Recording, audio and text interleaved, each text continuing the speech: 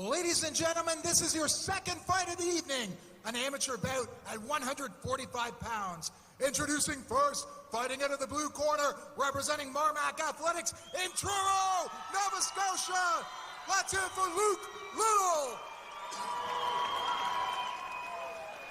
And in the red corner, representing Abhaya Martial Arts in Wolfville, Nova Scotia. He's also making his debut tonight. Let's hear it for Levi Nickerson.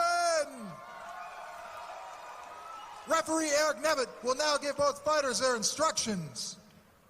Come on here, guys. Okay, guys, we talked about the novice amateur rules backstage. Remember, there's no head strikes on the ground. Protect yourself at all times, obey my instructions. Any questions from you guys? If not, touch gloves, move back. Both wearing blue shorts, but the red tape belongs to Levi Nickerson. Blue tape to Luke Little. Also, Levi Nickerson, this guy with the chest tattoo. That's an easy way to tell him apart. Yeah, I was going to say the one with the no hair. In MMA, that means nothing. None of us have hair. And it's Luke Little, as advertised, starting aggressively. Nice body kick to start it off with a good right hand. And Nickerson already in trouble. Yeah, Little's really using that pressure and overwhelming him. See, Nickerson already needs to wrap him up. He's so far a sitting duck for that right hand. Yeah, it's really difficult sometimes when the guy gets a jump on you, and that pressure just builds and builds, and the momentum builds, and it's hard to get it and slow it down and get the pace where you want it and make the fight yours. That is something that comes with experience, and these amateur fighters tonight don't have that yet. You know, it takes a veteran mind to overcome a bad start, a slow start. A lot of times it overwhelms young fighters.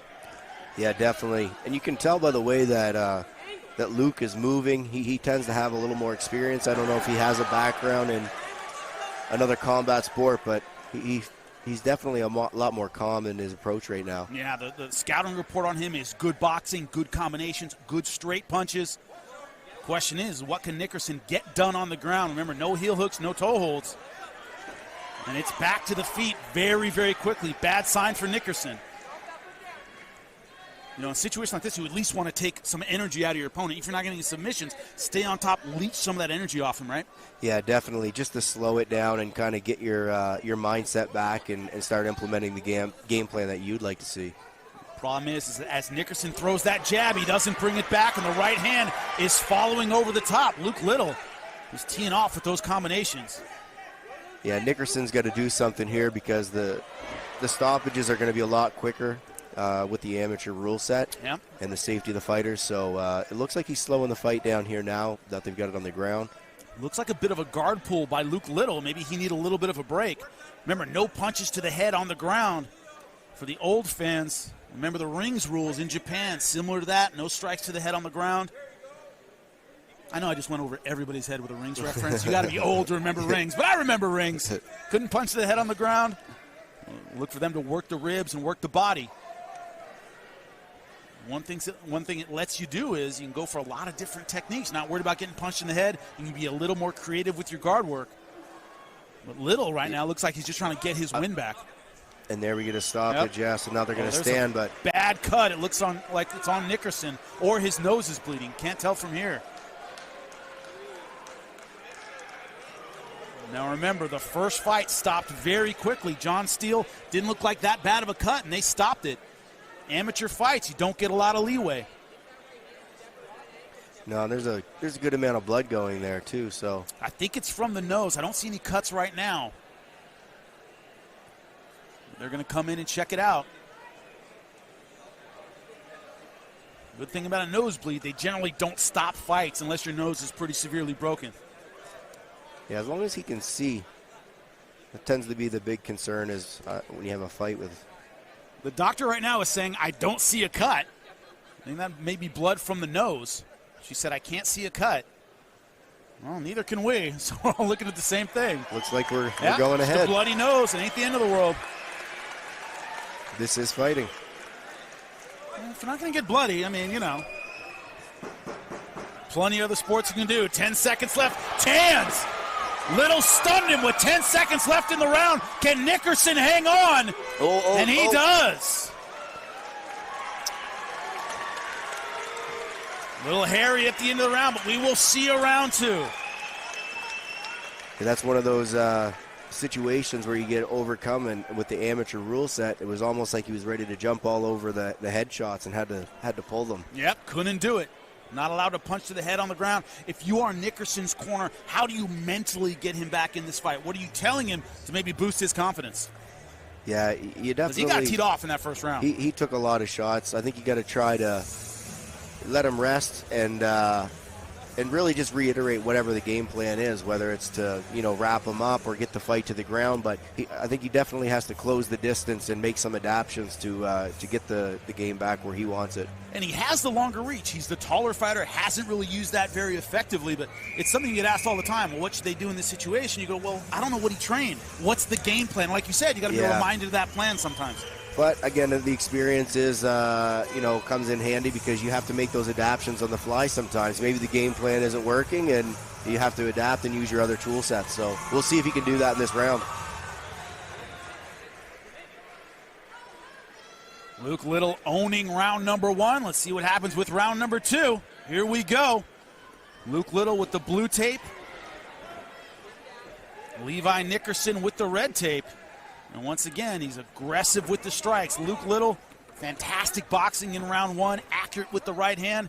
This time, though, Nickerson able to get the body lock a little bit faster. He does not want to stay out on the outside, where he's been an easy target for that right hand. Yeah, definitely. Clearly, he was given instructions to go for this game plan now and make those changes and those adaptions and try to get the ground game working, I would say. He's being tenacious with the single leg right now. He's got to pull him off the fence and circle. But Little's doing a good job. He's using that overhook. He's pushing the face away. He's making it really difficult. There you go. You got the space and now the separation. And this is exactly where Little wants to be. He's been the superior striker. Doing a good job pushing in, even though he's the shorter man. Doesn't have the reach advantage, but he's pushing in on all of his punches. So every time he throws, he covers distance and he's in striking range. Yeah, he's not giving any space at all to Nickerson, and that can be really frustrating when you're the taller, longer guy and you can't use your reach because the shorter guy is he's nullifying your game. So, and he's doing a really good job right now of taking that space on Nickerson. Now finding some success with the leg kick. Nickerson has to find an offensive way back into this fight. Even though he saw the end of round 1, he's still in the fight. We haven't seen an offense from him that makes us think, all right, this is how he's going to get back into the fight. Haven't seen that yet. Yeah, I mean, if you're in Nickerson's corner, you got to be telling him to use that jab and those long, straight punches. If he's the longer, taller guy, he's got to use those longer weapons to get the space and create the angles that he wants. So far, ineffective with the lead hand, which is the best hand if you're the guy with the reach advantage. Lead jab, lead hook, haven't seen many of those.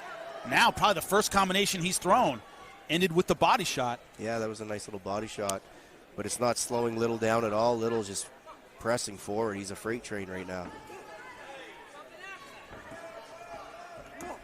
Oh, another good leg kick. You saw the lead leg buckle of Nickerson. Yeah, that was another good one. You could hear the thud on that one. No, and he catches the kick. Might as well reach for it if he's going to keep throwing it. Now let's see if he can get a takedown out of this. Going for a single leg and not getting it costs a lot of energy. Saw him go for it early in the round, couldn't get it. Let's see if he commits on this one, and he does. Now we'll see if Nickerson's game plan is to get his jiu-jitsu going here and see if he can work for a submission. Again, the no strikes on the ground. You should see a little bit more jiu-jitsu, and guys can take a lot more chances. So this is his opportunity to shine. Problem, though, 3-minute rounds, not a lot of time to use. Side control's over. Yeah, that's why you see these guys that are just going for broke right from the beginning, because 3 minutes is not a long time to set something up. And also, if you have a positional jiu-jitsu game, which is takedown, side control, rounds over. Yeah. And a lot of the techniques are maybe a bit quicker, like the heel hook, like the footlocks, aren't legal here. You can't do any twisting leg locks. So also, even if you had a great jiu-jitsu game, the way you set it up might change. Yeah, definitely, depending on what your style. Some guys, like myself, we just like to grind and slow the pace down, and I like position over submission. Some guys, you know, they can just throw up that submission on a takedown or whatnot, and in the scrambles, and they can catch something. But it's difficult, like you said, in these shorter rounds to set that up. So it was good to see the success, though, that he had something, and we'll see now round 3 who takes the momentum and who can make this their fight. Nickerson at least got a takedown at the end of round 2, right into side control, had good position. Briefly, wasn't really able to use it, but at least maybe there's a light at the end of the tunnel for him. We'll see if he can keep going around 3. Yeah, coming out here, we should see him try to implement, I think, that same game plan and see if he can go for the submission.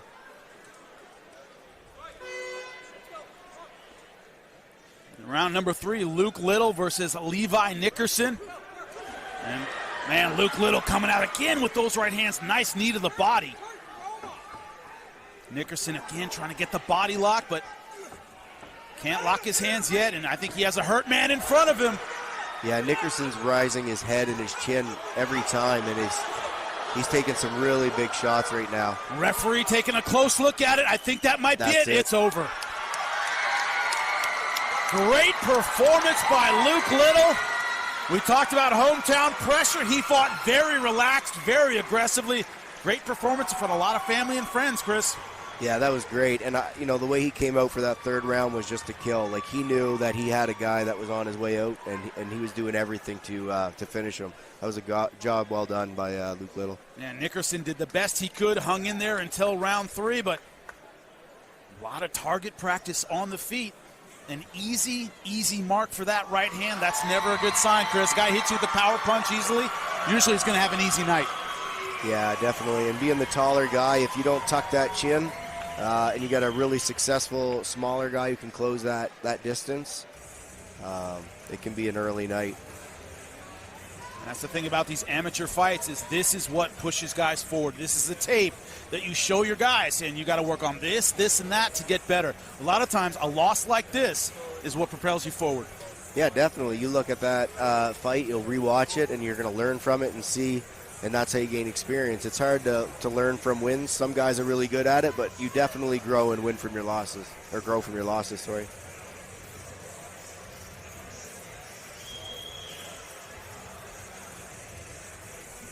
I always tell guys that you're always going to fight. You're not always going to win. You've got to learn to do both. Well, that's just it, and people are always critical, but, you know, you got 2 guys that go in, it's a 50-50 chance. And it takes a lot of guts that come in here in front of a couple thousand people, and people that you know, family and friends, and put it all out there. So great job by both guys. Really excellent, very entertaining fight. But it was the boxing of Luke Little that carried the day. Good combinations, good power, hardly a mark on his face. And Nickerson, bloodied, was bleeding out of his nose early. That inhibits your breathing. You see the swelling around the left eye. He took some very good shots. One thing you cannot discount is his heart. Yeah, definitely. And Luke Little, I mean, Marmac Athletics, they're a local gym here, and Mickey McDonald's in his corner. And, you know, long history there with kickboxing, and he really showed those skills tonight. The stand-up looked great and very aggressive style, but like you said, he doesn't really have a mark on him, and he showed good defensive posture as well, so very good fight.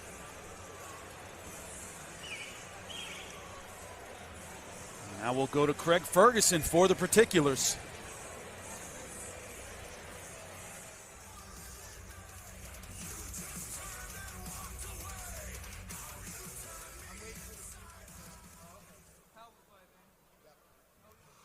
Ladies and gentlemen, referee Eric Nevin has called a stop to the action, declaring your winner by TKO, Luke Little.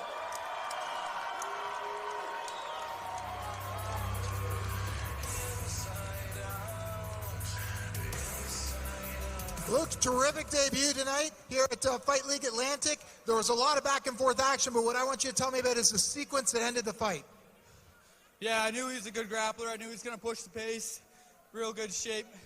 He ate everything I threw at him at first, and I could feel him breaking a little bit. And he was trying to clinch, and I was just like, fuck, it'll work, it'll work. In the 3rd round, you're really backing him up with the 1-2. When did you realize he was in trouble? The tie kicks were landing, the knees to the body were landing. I could feel him breaking. He's a warrior, though. He didn't stop. Let's hear it for Luke Little, everybody. Thanks for coming out, guys. Just want to say shout out to my team, Marmac Athletics. Thanks to everybody that got me in shape, got me to this point. And yeah, man, rest in peace, Cody Glode. I love you, brother, and I wish you're here for this fight, man. I know you'd be on this card, and it's a fucking honor to battle tonight. Luke Little, from Truro, Nova Scotia, everyone.